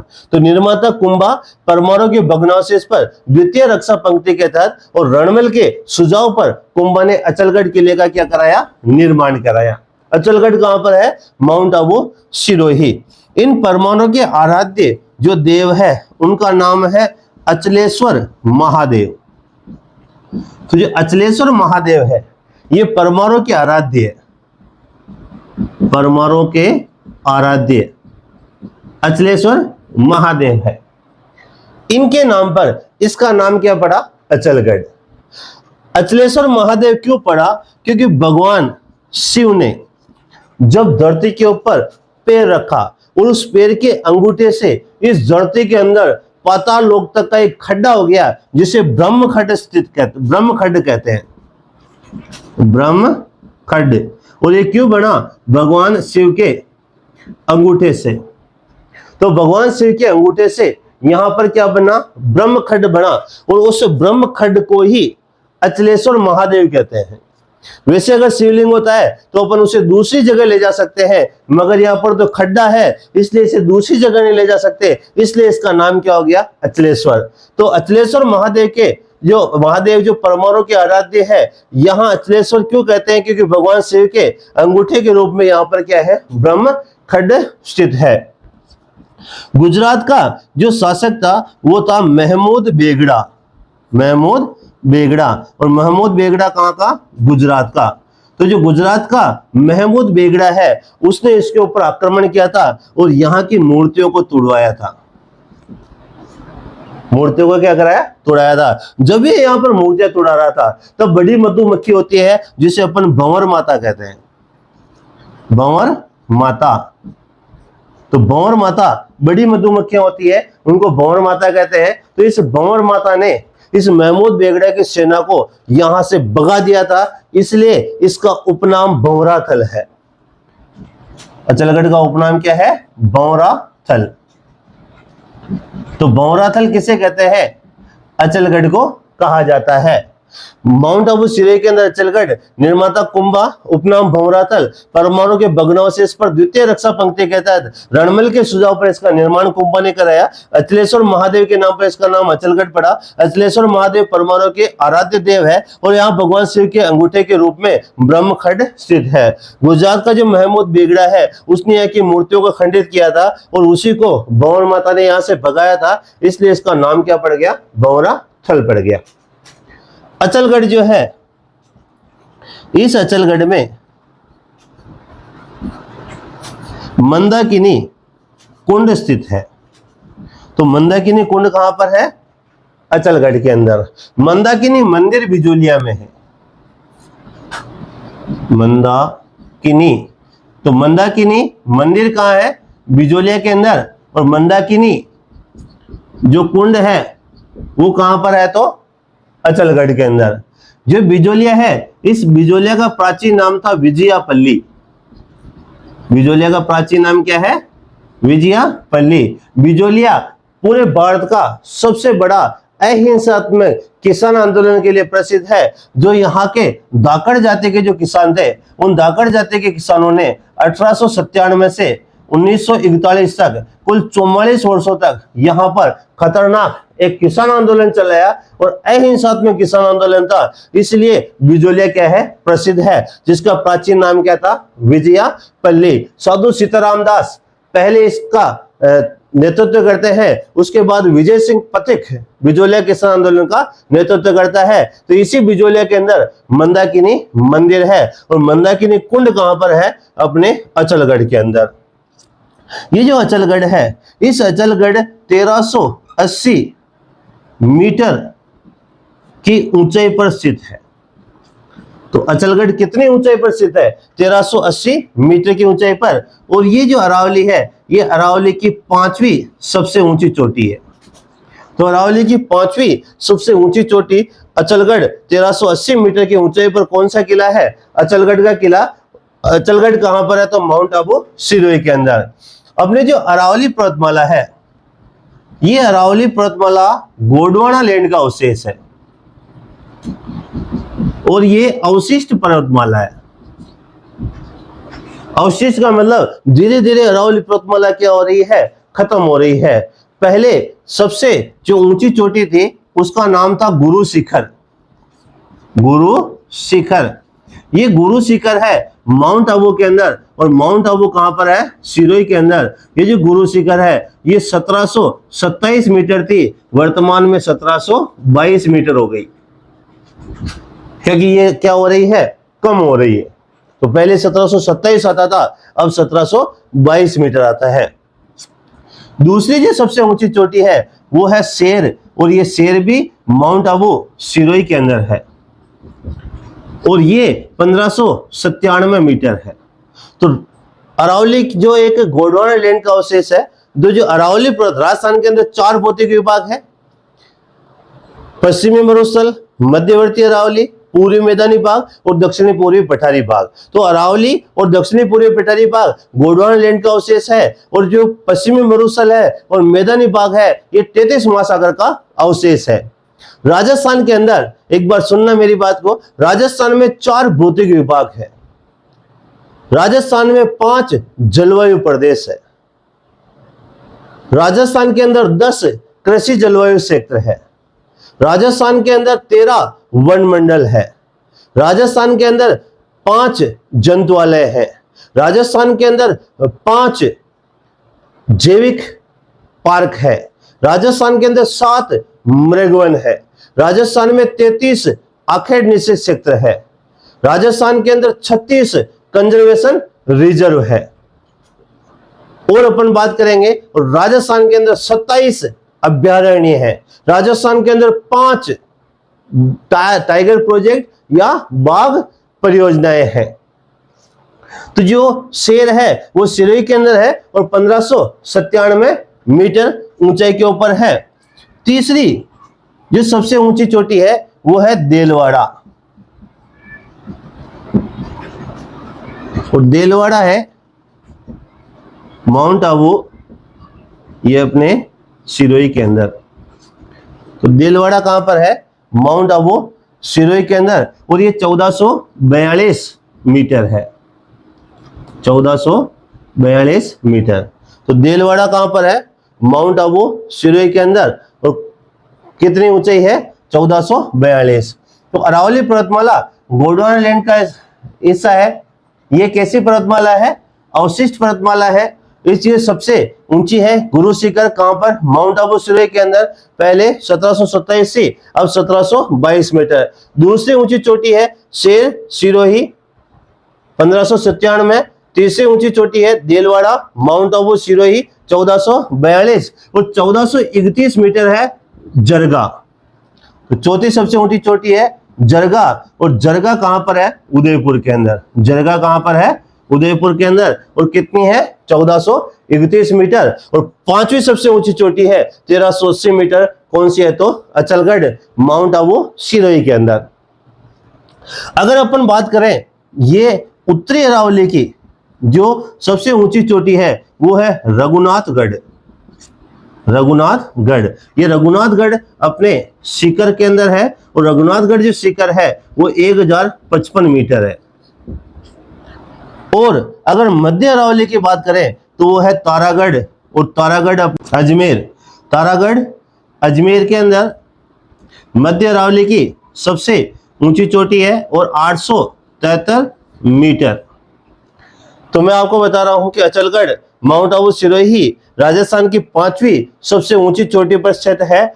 अरावली गोंडवाना लैंड का हिस्सा है और अवशिष्ट पर्वतमाला का उदाहरण है। सबसे बड़ी Guru Shikhar Mount Abu Sirohi 1722 metre, Sher Sirohi 1597 metre, Dilwara Mount Abu Sirohi 1442 metre, Jarga Udaipur 1431 metre. उत्तरी अरावली की सबसे ऊंची चोटी रघुनाथगढ़ शिखर 1055 मीटर, और मध्य अरावली की सबसे ऊंची चोटी तारागढ़ अजमेर 873 मीटर। तो अचलगढ़ माउंट आबू सिरोही की बात की अपन ने, जिसका निर्माता कुंभा है। इसका उपनाम भंवराथल है। परमाणु के भग्नावशेष पर द्वितीय रक्षा पंक्ति के तहत कुंभा ने अचलगढ़ का निर्माण कराया, रणमल के सुझाव पर कराया। अचलेश्वर महादेव जो परमाणु के आराध्य देव है, इनके नाम पर अचलगढ़ नाम पड़ा। भगवान शिव के अंगूठे के रूप में ब्रह्मखट स्थित है। महमूद बेगड़ा गुजरात ने मूर्तियों को यहाँ पर खंडित किया था, और भंवराथल भंवर माता ने इनको भगाया था, इसलिए भंवराथल नाम पड़ गया। मंदाकिनी कुंड है और 1380 मीटर की ऊंचाई पर 5वीं सबसे ऊंची चोटी पर बना हुआ है। कुंभा व उदा की मूर्तियां हैं। कुंभा व उदा की जो मूर्तियां, तो कुंभा और उदय की जो मूर्तियां हैं वो कहां पर है? अचलगढ़ माउंट आबू सिरोही के अंदर। तो अपन ने बात की है अचलगढ़ माउंट आबू सिरोही की। इस तरह से महाराणा कुंभा ने जो चांदना गुज्जर है, चांदना गुज्जर के द्वारा मांडलगढ़ का किला बनाया गया, उस मांडलगढ़ जो दुर्ग है, उस मांडलगढ़ दुर्ग का जीर्णोद्वार भी महाराणा कुंभा कराता है। तो महाराणा कुंभा ने का संबंध अपने मांडलगढ़ किले से भी है। तो मंडलाकार आकृति, मंडलाकार मंडल, तो मंडलाकार आकृति है इसकी, गोल आकृति होने के कारण इस दुर्ग को कहा जाता है मांडलगढ़। मांडलगढ़, तो मांडलगढ़ है अपने भिलवाड़ा के अंदर। और मांडलगढ़ जो है ये 3 नदियों अपने त्रिवेणी संगम पर 3 नदियों के, एक तो है बनास, एक है बेड़च और एक है मेनाली। तो बनास, बेड़च और मेनाली नदियों के त्रिवेणी संगम के ऊपर है मांडलगढ़ का किला। मांडलगढ़ कहां पर है? अपने भिलवाड़ा के अंदर। और मांडलगढ़ जो है मंडलाकार आकृति का होने के कारण इसे मांडलगढ़ नाम पड़ा इसका। इसका निर्माण कराया था चांदना गुज्जर ने। चांदना गुर्जर ने इसका निर्माण कराया। कुछ ऐसे कहते हैं कि चांदना एक गोत्र होती है गुजरों की, उस गोत्र ने इसका, उसके शासक ने इसका निर्माण कराया, इसलिए बिगड़ के इसका नाम चांदना गुजर हो गया। और इसका जो जीर्णोद्वार है या इसका जो वर्तमान स्वरूप है वो किसने प्रदान किया? महाराणा कुंभा ने प्रदान किया।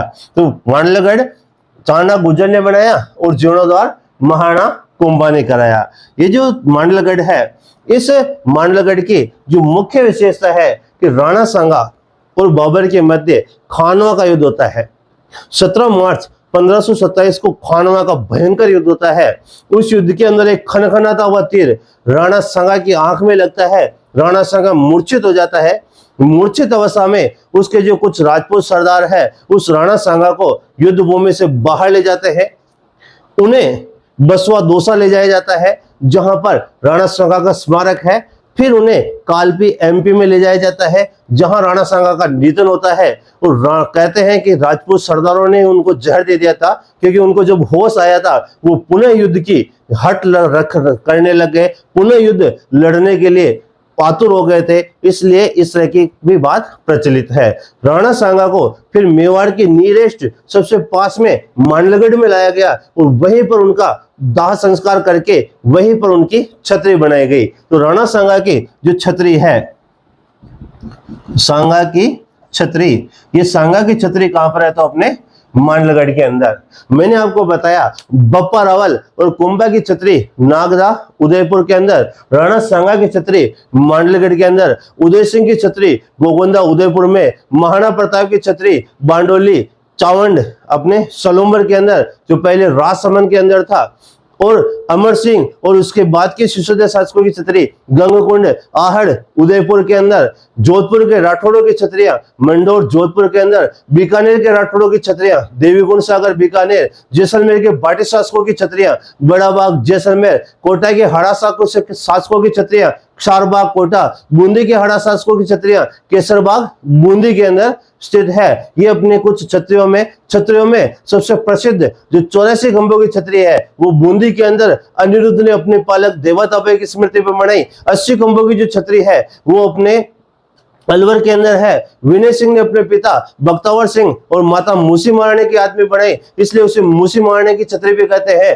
राजस्थान के अंदर 32 खंभों की 2 छतरियां हैं। एक छतरी मांडल भिलवाड़ा के अंदर जिस जगन्नाथ कच्छावा की है, और एक छतरी जो अपने रणथंभौर के अंदर है वो हमीरदेव चौहान ने अपने पिता की स्मृति में बनाई थी। तो अपन जो बात कर रहे हैं वो बात कर रहे हैं मांडलगढ़ की। इस मांडलगढ़ के अंदर एक तोप है जिसका नाम है देवबाण तोप। तो देवबाण तोप कहां पर है? मांडलगढ़ के अंदर स्थित है देवबाण तोप। राजस्थान के अंदर सवाई जयसिंह, इस सवाई जयसिंह ने अपने जयगढ़ का जो किला है, और जयगढ़ का किला है अपने जयपुर के अंदर, यहां पर तोप डालने का कारखाना है। तोप डालने का कारखाना। तो क्वेश्चन पूछा जाएगा कि तोप डालने का कारखाना कहां पर है? जयगढ़ जयपुर में। ये मिर्जा राजा जयसिंह ने बनाया था, मगर इस सवाई जयसिंह ने इस तोप डालने की कारखाने में एक तोप बनाई, जय बाण तोप। ये जयबाण तोप कहां पर है? जयगढ़ जयपुर में। निर्माता कौन है? सवाई जयसिंह। ये जो तोप है, इस तोप मध्यकाल की एशिया की सबसे बड़ी तोप है। एशिया की सबसे बड़ी। तो मध्यकाल में एशिया की सबसे बड़ी तोप है जयबाण तोप। इसका युद्ध में कभी प्रयोग नहीं किया गया, बस इसका एक बार जो प्रयोग किया गया इसके एक्सपेरिमेंट या परीक्षण के तौर पे किया गया, और इसका जो गोला है वो 30 किलोमीटर दूर चाकसू के अंदर जाकर गिरा था, जहां पर सील की डोंगरी में माता शीतला का मंदिर है, जिन्हें अपने जो उनका जो बासोड़ा त्योहार है जिसमें बासी खाना खाने की जरूरत होती है, चैत्रकश अष्टमी, वो उसकी जो पूजा की जाती है शीतला माता की, जिनका प्रतीक मटका है, वाहन जिनका गदा है, और उनका जो पुजारी होता है वो कुम्हार होता है। तो शीतला माता का जो मंदिर है चाकसू जयपुर के अंदर है, और वहीं वो गोला जाकर गिरा था। तो जयबान तोप कहां पर है? जयगढ़ जयपुर। निर्माता कौन है? सवाई जय सिंह। इस तरह से आपने देखा होगा नाचो ओढ़नी ओढ़ के आज कि दिल परदेसी हो गया, सलमान खान के तेरे नाम पिक्चर होती है, जिसमें सलमान खान और वो जो हीरोइन होती है वो जिन तोपों के ऊपर मटकते लटकते हुए डांस करते हुए दिखाई देते हैं, उन तोपों के नाम है किल किला, गजनी का और शंभू बाण, और वो मेहरानगढ़ जोधपुर का सीन है। तो किल किला,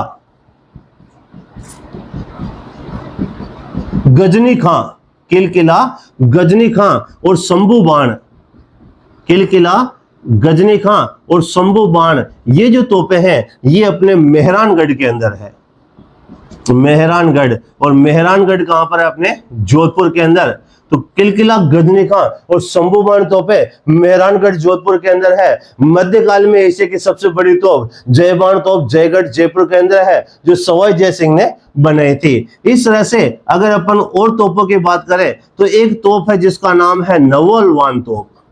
ये जो नवलवान जो तोप है, ये नवलवान तोप शाहबाद दुर्ग 12 के अंदर है। शाहबाद दुर्ग, और शाहबाद दुर्ग अपने 12 के अंदर, जहां पर नवलवान तोप है। एक शारदा तोप है जो अष्ट धातु की तोप है। तो शारदा तोप खंडार दुर्ग सवाई माधोपुर में है। खंडार दुर्ग, और एक खंडार दुर्ग अपने सवाई माधोपुर के अंदर, जहां पर शारदा तोप है। खंडार पिपरमेंट की खेती के लिए प्रसिद्ध है। कुछ ऐसी जो स्मोकिंग के ऐसे पदार्थ होते हैं जिसमें उसमें एक ठंडापन देने के लिए पिपरमेंट एक औषधि है, उसको उपयोग किया जाता है। तो पिपरमेंट की खेती के लिए खंडार दुर्ग प्रसिद्ध है। नील की खेती के लिए बयाना भरतपुर स्थित है, प्रसिद्ध है। और पान की खेती के लिए तिमनगढ़ करौली प्रसिद्ध है। तो शारदा तोप खंडार दुर्ग सवाई माधोपुर के अंदर, नवलवान तोप शाहबाद दुर्ग 12 के अंदर, किलकिला, गजनी खां और शंभू बाण तोपे मेहरानगढ़ जोधपुर के अंदर, जयबान तोप जयगढ़ जयपुर के अंदर, देवबान तोप मेहरानगढ़ जोधपुर के अंदर, और विश्व प्रसिद्ध गर्भ गुंजन तोप, गर्भ गुंजन तोप ये तारागढ़ बूंदी के अंदर। गर्भ गुंजन तोप कहां पर है? तारागढ़ के अंदर। और तारागढ़ कहां पर? अपने बूंदी के अंदर। तो गर्भ गुंजन तोप तारागढ़ बूंदी, शारदा तोप खंडार सवाई माधोपुर, नवलवान तोप शाहबाद दुर्ग 12, किलकिला, गजनी खां और शंभू बाण तोपे मेहरानगढ़ जोधपुर, जयबान तोप जो एशिया की सबसे बड़ी मध्यकाल के थे और तोप डालने का जो कारखाना वो जयगढ़ जयपुर के अंदर। देवबान तोप कहां पर? तो अपने मांडलगढ़ भीलवाड़ा। राणा सांगा की छतरी कहां है? मांडलगढ़ भीलवाड़ा। चारणा गुर्जर ने इसका निर्माण कराया था और इसका जीर्णोद्धार कराया था कुंभा ने। बनास, बेड़च और मेनाली नदियों के संगम पर है और मंडलाकार आकृति का होने के कारण इसका नाम क्या पड़ा? मांडलगढ़ पड़ा। अपन बात करें मांडलगढ़ की। अकबर ने जब महाराणा प्रताप के विरुद्ध अभियान छेड़ा था तो अकबर की सेना का जो मुख्य केंद्र था वो मांडल का था। तो अकबर ने हल्दी घाटी युद्ध में, कौन से युद्ध में? हल्दी घाटी के युद्ध में यहां से क्या किया था? सैन्य संचालन किया था। तो हल्दी घाटी युद्ध में अकबर की सेना ने अपना सैन्य संचालन, यह जो प्रमुख केंद्र है वो किसको बनाया था? मांडलगढ़ को बनाया था। और महाराणा प्रताप ने कुंभलगढ़ को बनाया था। हल्दी घाटी युद्ध की जो अकबर ने योजना बनाई थी वो अकबर का किला है मेगजिन दुर्ग अजमेर में बने थे, जिसे अपन राजस्थान के अंदर एकमात्र मुगल शैली में बना हुआ दुर्ग कहते हैं। तो हल्दी घाटी युद्ध के अंदर सैन्य संचालन मांडलगढ़ से, देवबान तोप मांडलगढ़ से, राणा सांगा की छतरी मांडलगढ़, चारणा गुर्जर ने निर्माण, जीर्णोद्धार कुंभा ने मंडलाकार आकृति का बनास, बेड़च और मेनाली नदियों के संगम पर है अपने मांडलगढ़ का किला, जो अपने भीलवाड़ा के अंदर है। और निर्माता कौन है इसका? कुंभा है। तो अपन बात कर रहे हैं महाराणा कुंभा की। मैंने इस प्रथम क्लास के अंदर आपको बताया था कि जो राजस्थान के लिए मरुकांतार शब्द वाल्मीकि ने प्रयोग किया था, जबकि राजस्थान द्वितीय शब्द का प्रयोग बसंतगढ़ सिरोही में मिलता है। तो जो बसंतगढ़ है जिसे अपन बसंती दुर्ग भी कहते हैं, ये बसंती दुर्ग है सिरोही के अंदर। महाराणा कुंभा ने सिरोही के सहसमल चौहान को 1425 ईस्वी के अंदर पराजित किया था। तो कुंभा ने सहसमल चौहान को पराजित किया और सिरोही को क्या किया था? जीता था। तो सिरोही को जीता था और वहीं पर इन्होंने बसंती दुर्ग बनाया था। तो बसंती दुर्ग का जो निर्माता कौन है? कुंभा है। और इसी को अपन बसंतगढ़ के नाम से जानते हैं। और बसंतगढ़ जो शिलालेख है तो इसको अपन नाम देते हैं बसंतगढ़ अभिलेख। इस बसंतगढ़ अभिलेख जो 682 विक्रम संवत का है, 682 विक्रम संवत का है। इसमें हमें राजस्थाना द्वितीय शब्द का प्रयोग मिलता है। तो राजस्थाना द्वितीय शब्द का प्रयोग बसंतगढ़ सिरोही अभिलेख से मिलता है। महाराणा कुंभा ने इस बसंती दुर्ग सिरोही का निर्माण कराया। सिरोही को महाराणा कुंभा ने जीता था 1425 के अंदर, और 1425 में सहसमल चौहान को हराया था। सहसमल चौहान को पराजित किया था महाराणा कुंभा ने 1425 में। और बसंती दुर्ग महाराणा कुंभा ने जो बसंतगढ़ अभिलेख 682 विक्रम संवत में राजस्थान द्वितीय शब्द का प्रयोग मिलता है। मरुकांतर वाल्मीकि राजपुताना जोर सोमस राजस्थान रायथान और रजवाड़ा कर्नल जेम्स जॉर्ज। राजस्थान को राज्य के रूप में मान्यता और राजधानी जयपुर को बनाया गया था 26 जनवरी 1950, जब देश के संविधान के अंदर भाग 1 अनुच्छेद 1 में लिखा गया इंडिया अर्थात भारत राज्यों का संघ है और फला फला राज्य और फला फला इनकी राजधानियां है। ये बसंतगढ़ की बात कर रहा हूं मैं। सहसमल चौहान को इन्होंने पराजित किया था। इस तरह से एक नाम आता है जिसका नाम है वर्धनपुर। ये वर्धनपुर वर्तमान के अंदर बदनौर के नाम से जाना जाता है, और ये बदनौर पहले भीलवाड़ा में था और वर्तमान के अंदर ये ब्यावर जिले में है। इस वर्धनपुर को महाराणा कुंभा ने जीता था और इस जगह पर अपनी आराध्य कुशाला देवी का मंदिर बनाया था। कुशाला देवी का मंदिर। तो कुशाला देवी का जो मंदिर है ये स्थानीय भाषा में इन्हें कौशल्या माता कहा जाता है। कौशल्या माता। तो जो कौशल्या माता है, ये कौशल्या माता का मंदिर कहां पर है? बदनौर ब्यावर के अंदर। जो बदनौर पहले क्या था? भिलवाड़ा। और बदनौर का प्राचीन नाम पहले किस नाम से पुकारा जाता था? तो वर्धनपुर के नाम से पुकारा जाता था।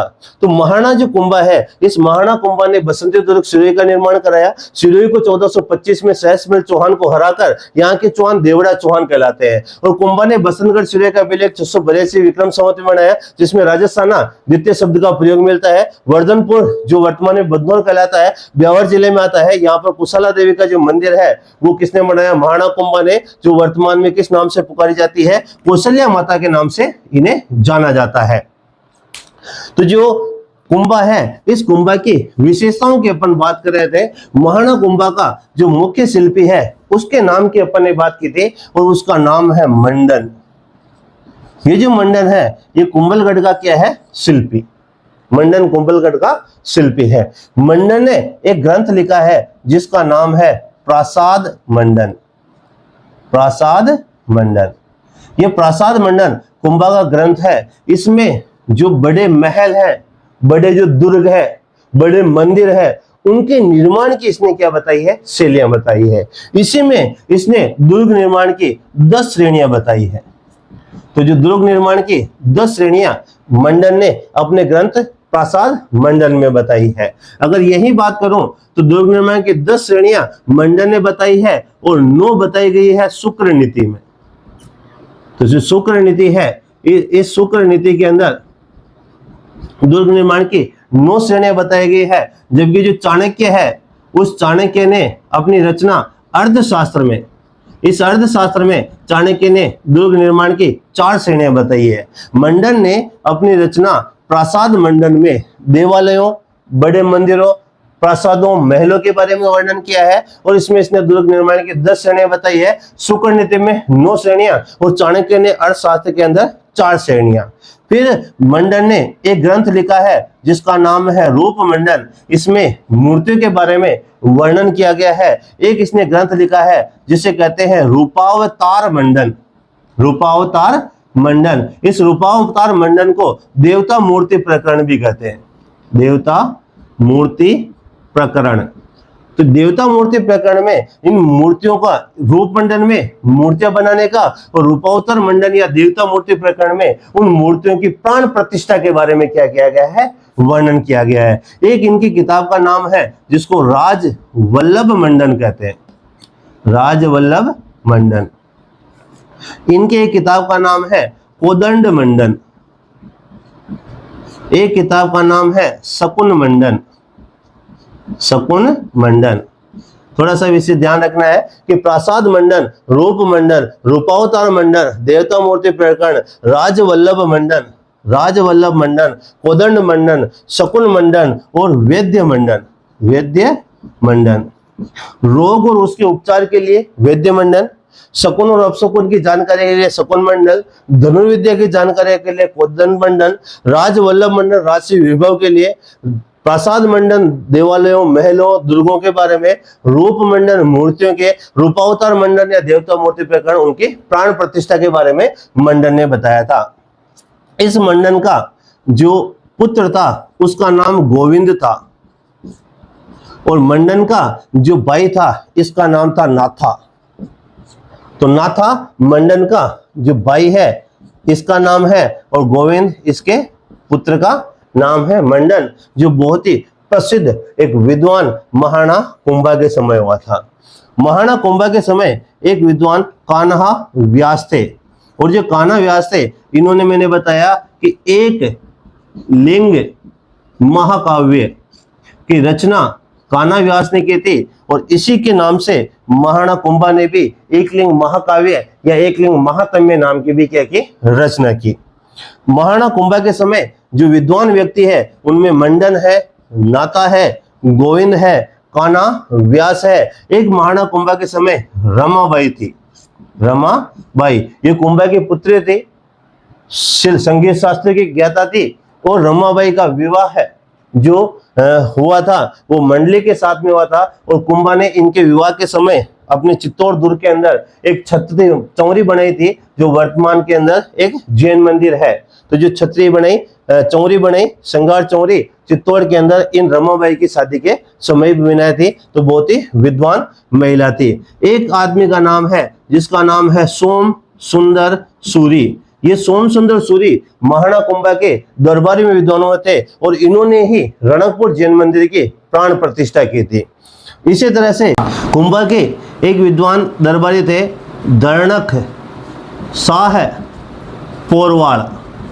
तो जो दर्णक शाह पोरवाल है इन्होंने रणकपुर का जैन मंदिर बनाया। रणकपुर मंदिर किसने बनाया? दर्णक शाह पोरवाल ने। और सोम सुंदर सूरी ने इसकी क्या थी? प्राण प्रतिष्ठा की थी।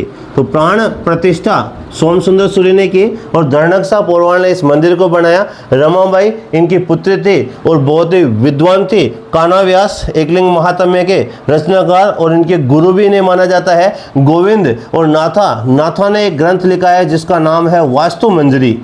वास्तु मंजरी।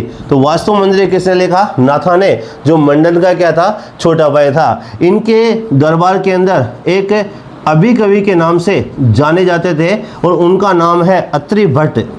ये जो अत्रि भट्ट है ये भी इनके दरबारी थे जिन्होंने कीर्ति स्तंभ प्रशस्ति को लिखना शुरू किया था। कीर्ति स्तंभ प्रशस्ति। तो कीर्ति स्तंभ प्रशस्ति को लिखना शुरू किया था अत्रि भट्ट या अभी कवि ने। और इस कीर्ति स्तंभ प्रशस्ति को जो पूरा किया था वो महेश भट्ट ने। तो महेश भट्ट ने कुंभलगढ़ प्रशस्ति लिखी और कुंभलगढ़ प्रशस्ति महेश भट्ट ने लिखी और कुंभलगढ़ प्रशस्ति को लिखा और इस कीर्ति स्तंभ प्रशस्ति को इन्होंने क्या किया? पूरा कराया। तो अभी कवि अत्रि भट्ट ने कीर्ति स्तंभ प्रशस्ति के लेखन शुरू किया, महेश भट्ट ने कीर्ति स्तंभ प्रशस्ति को पूरा किया और कुंभलगढ़ प्रशस्ति की भी इन्होंने क्या की? रचना की।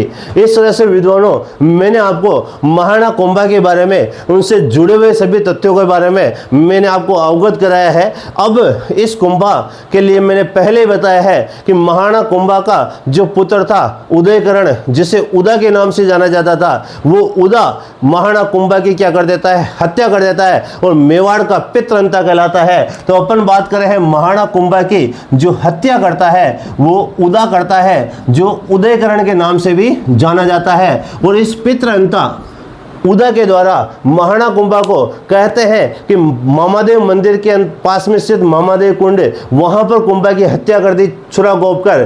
कुछ विद्वान कहते हैं कि जब कुंभा अपने आराध्य की आराधना में था तब उसके पीठ में उदा ने खंजर गोप दिया और उनकी हत्या कर दी। कुछ विद्वान बताते हैं कि कटौड़गढ़ के ऊपर कुंभा छत के ऊपर टहल रहा था, वहीं से धक्का देकर कुंभा की हत्या उदयकर्ण या उदा ने कर दी, वरना कुंभा जो है वो मारे गए। कहते हैं कि अंतिम समय में कुंभा को उन्माद रोग हो गया था। थोड़ी बहुत उन्माद रोग ऐसे पागलपन की भी ऐसे बात कह सकते हैं। तो अंतिम समय में कुंभा को उन्माद रोग भी हो गया था और महाराणा कुंभा की हत्या उदयकर्ण या उदा कर देता है। इस उदयकर्ण और उदा को भगाकर रायमल, इनको भगाकर रायमल ये रायमल मेवाड़ का क्या बनता है, शासक बनता है।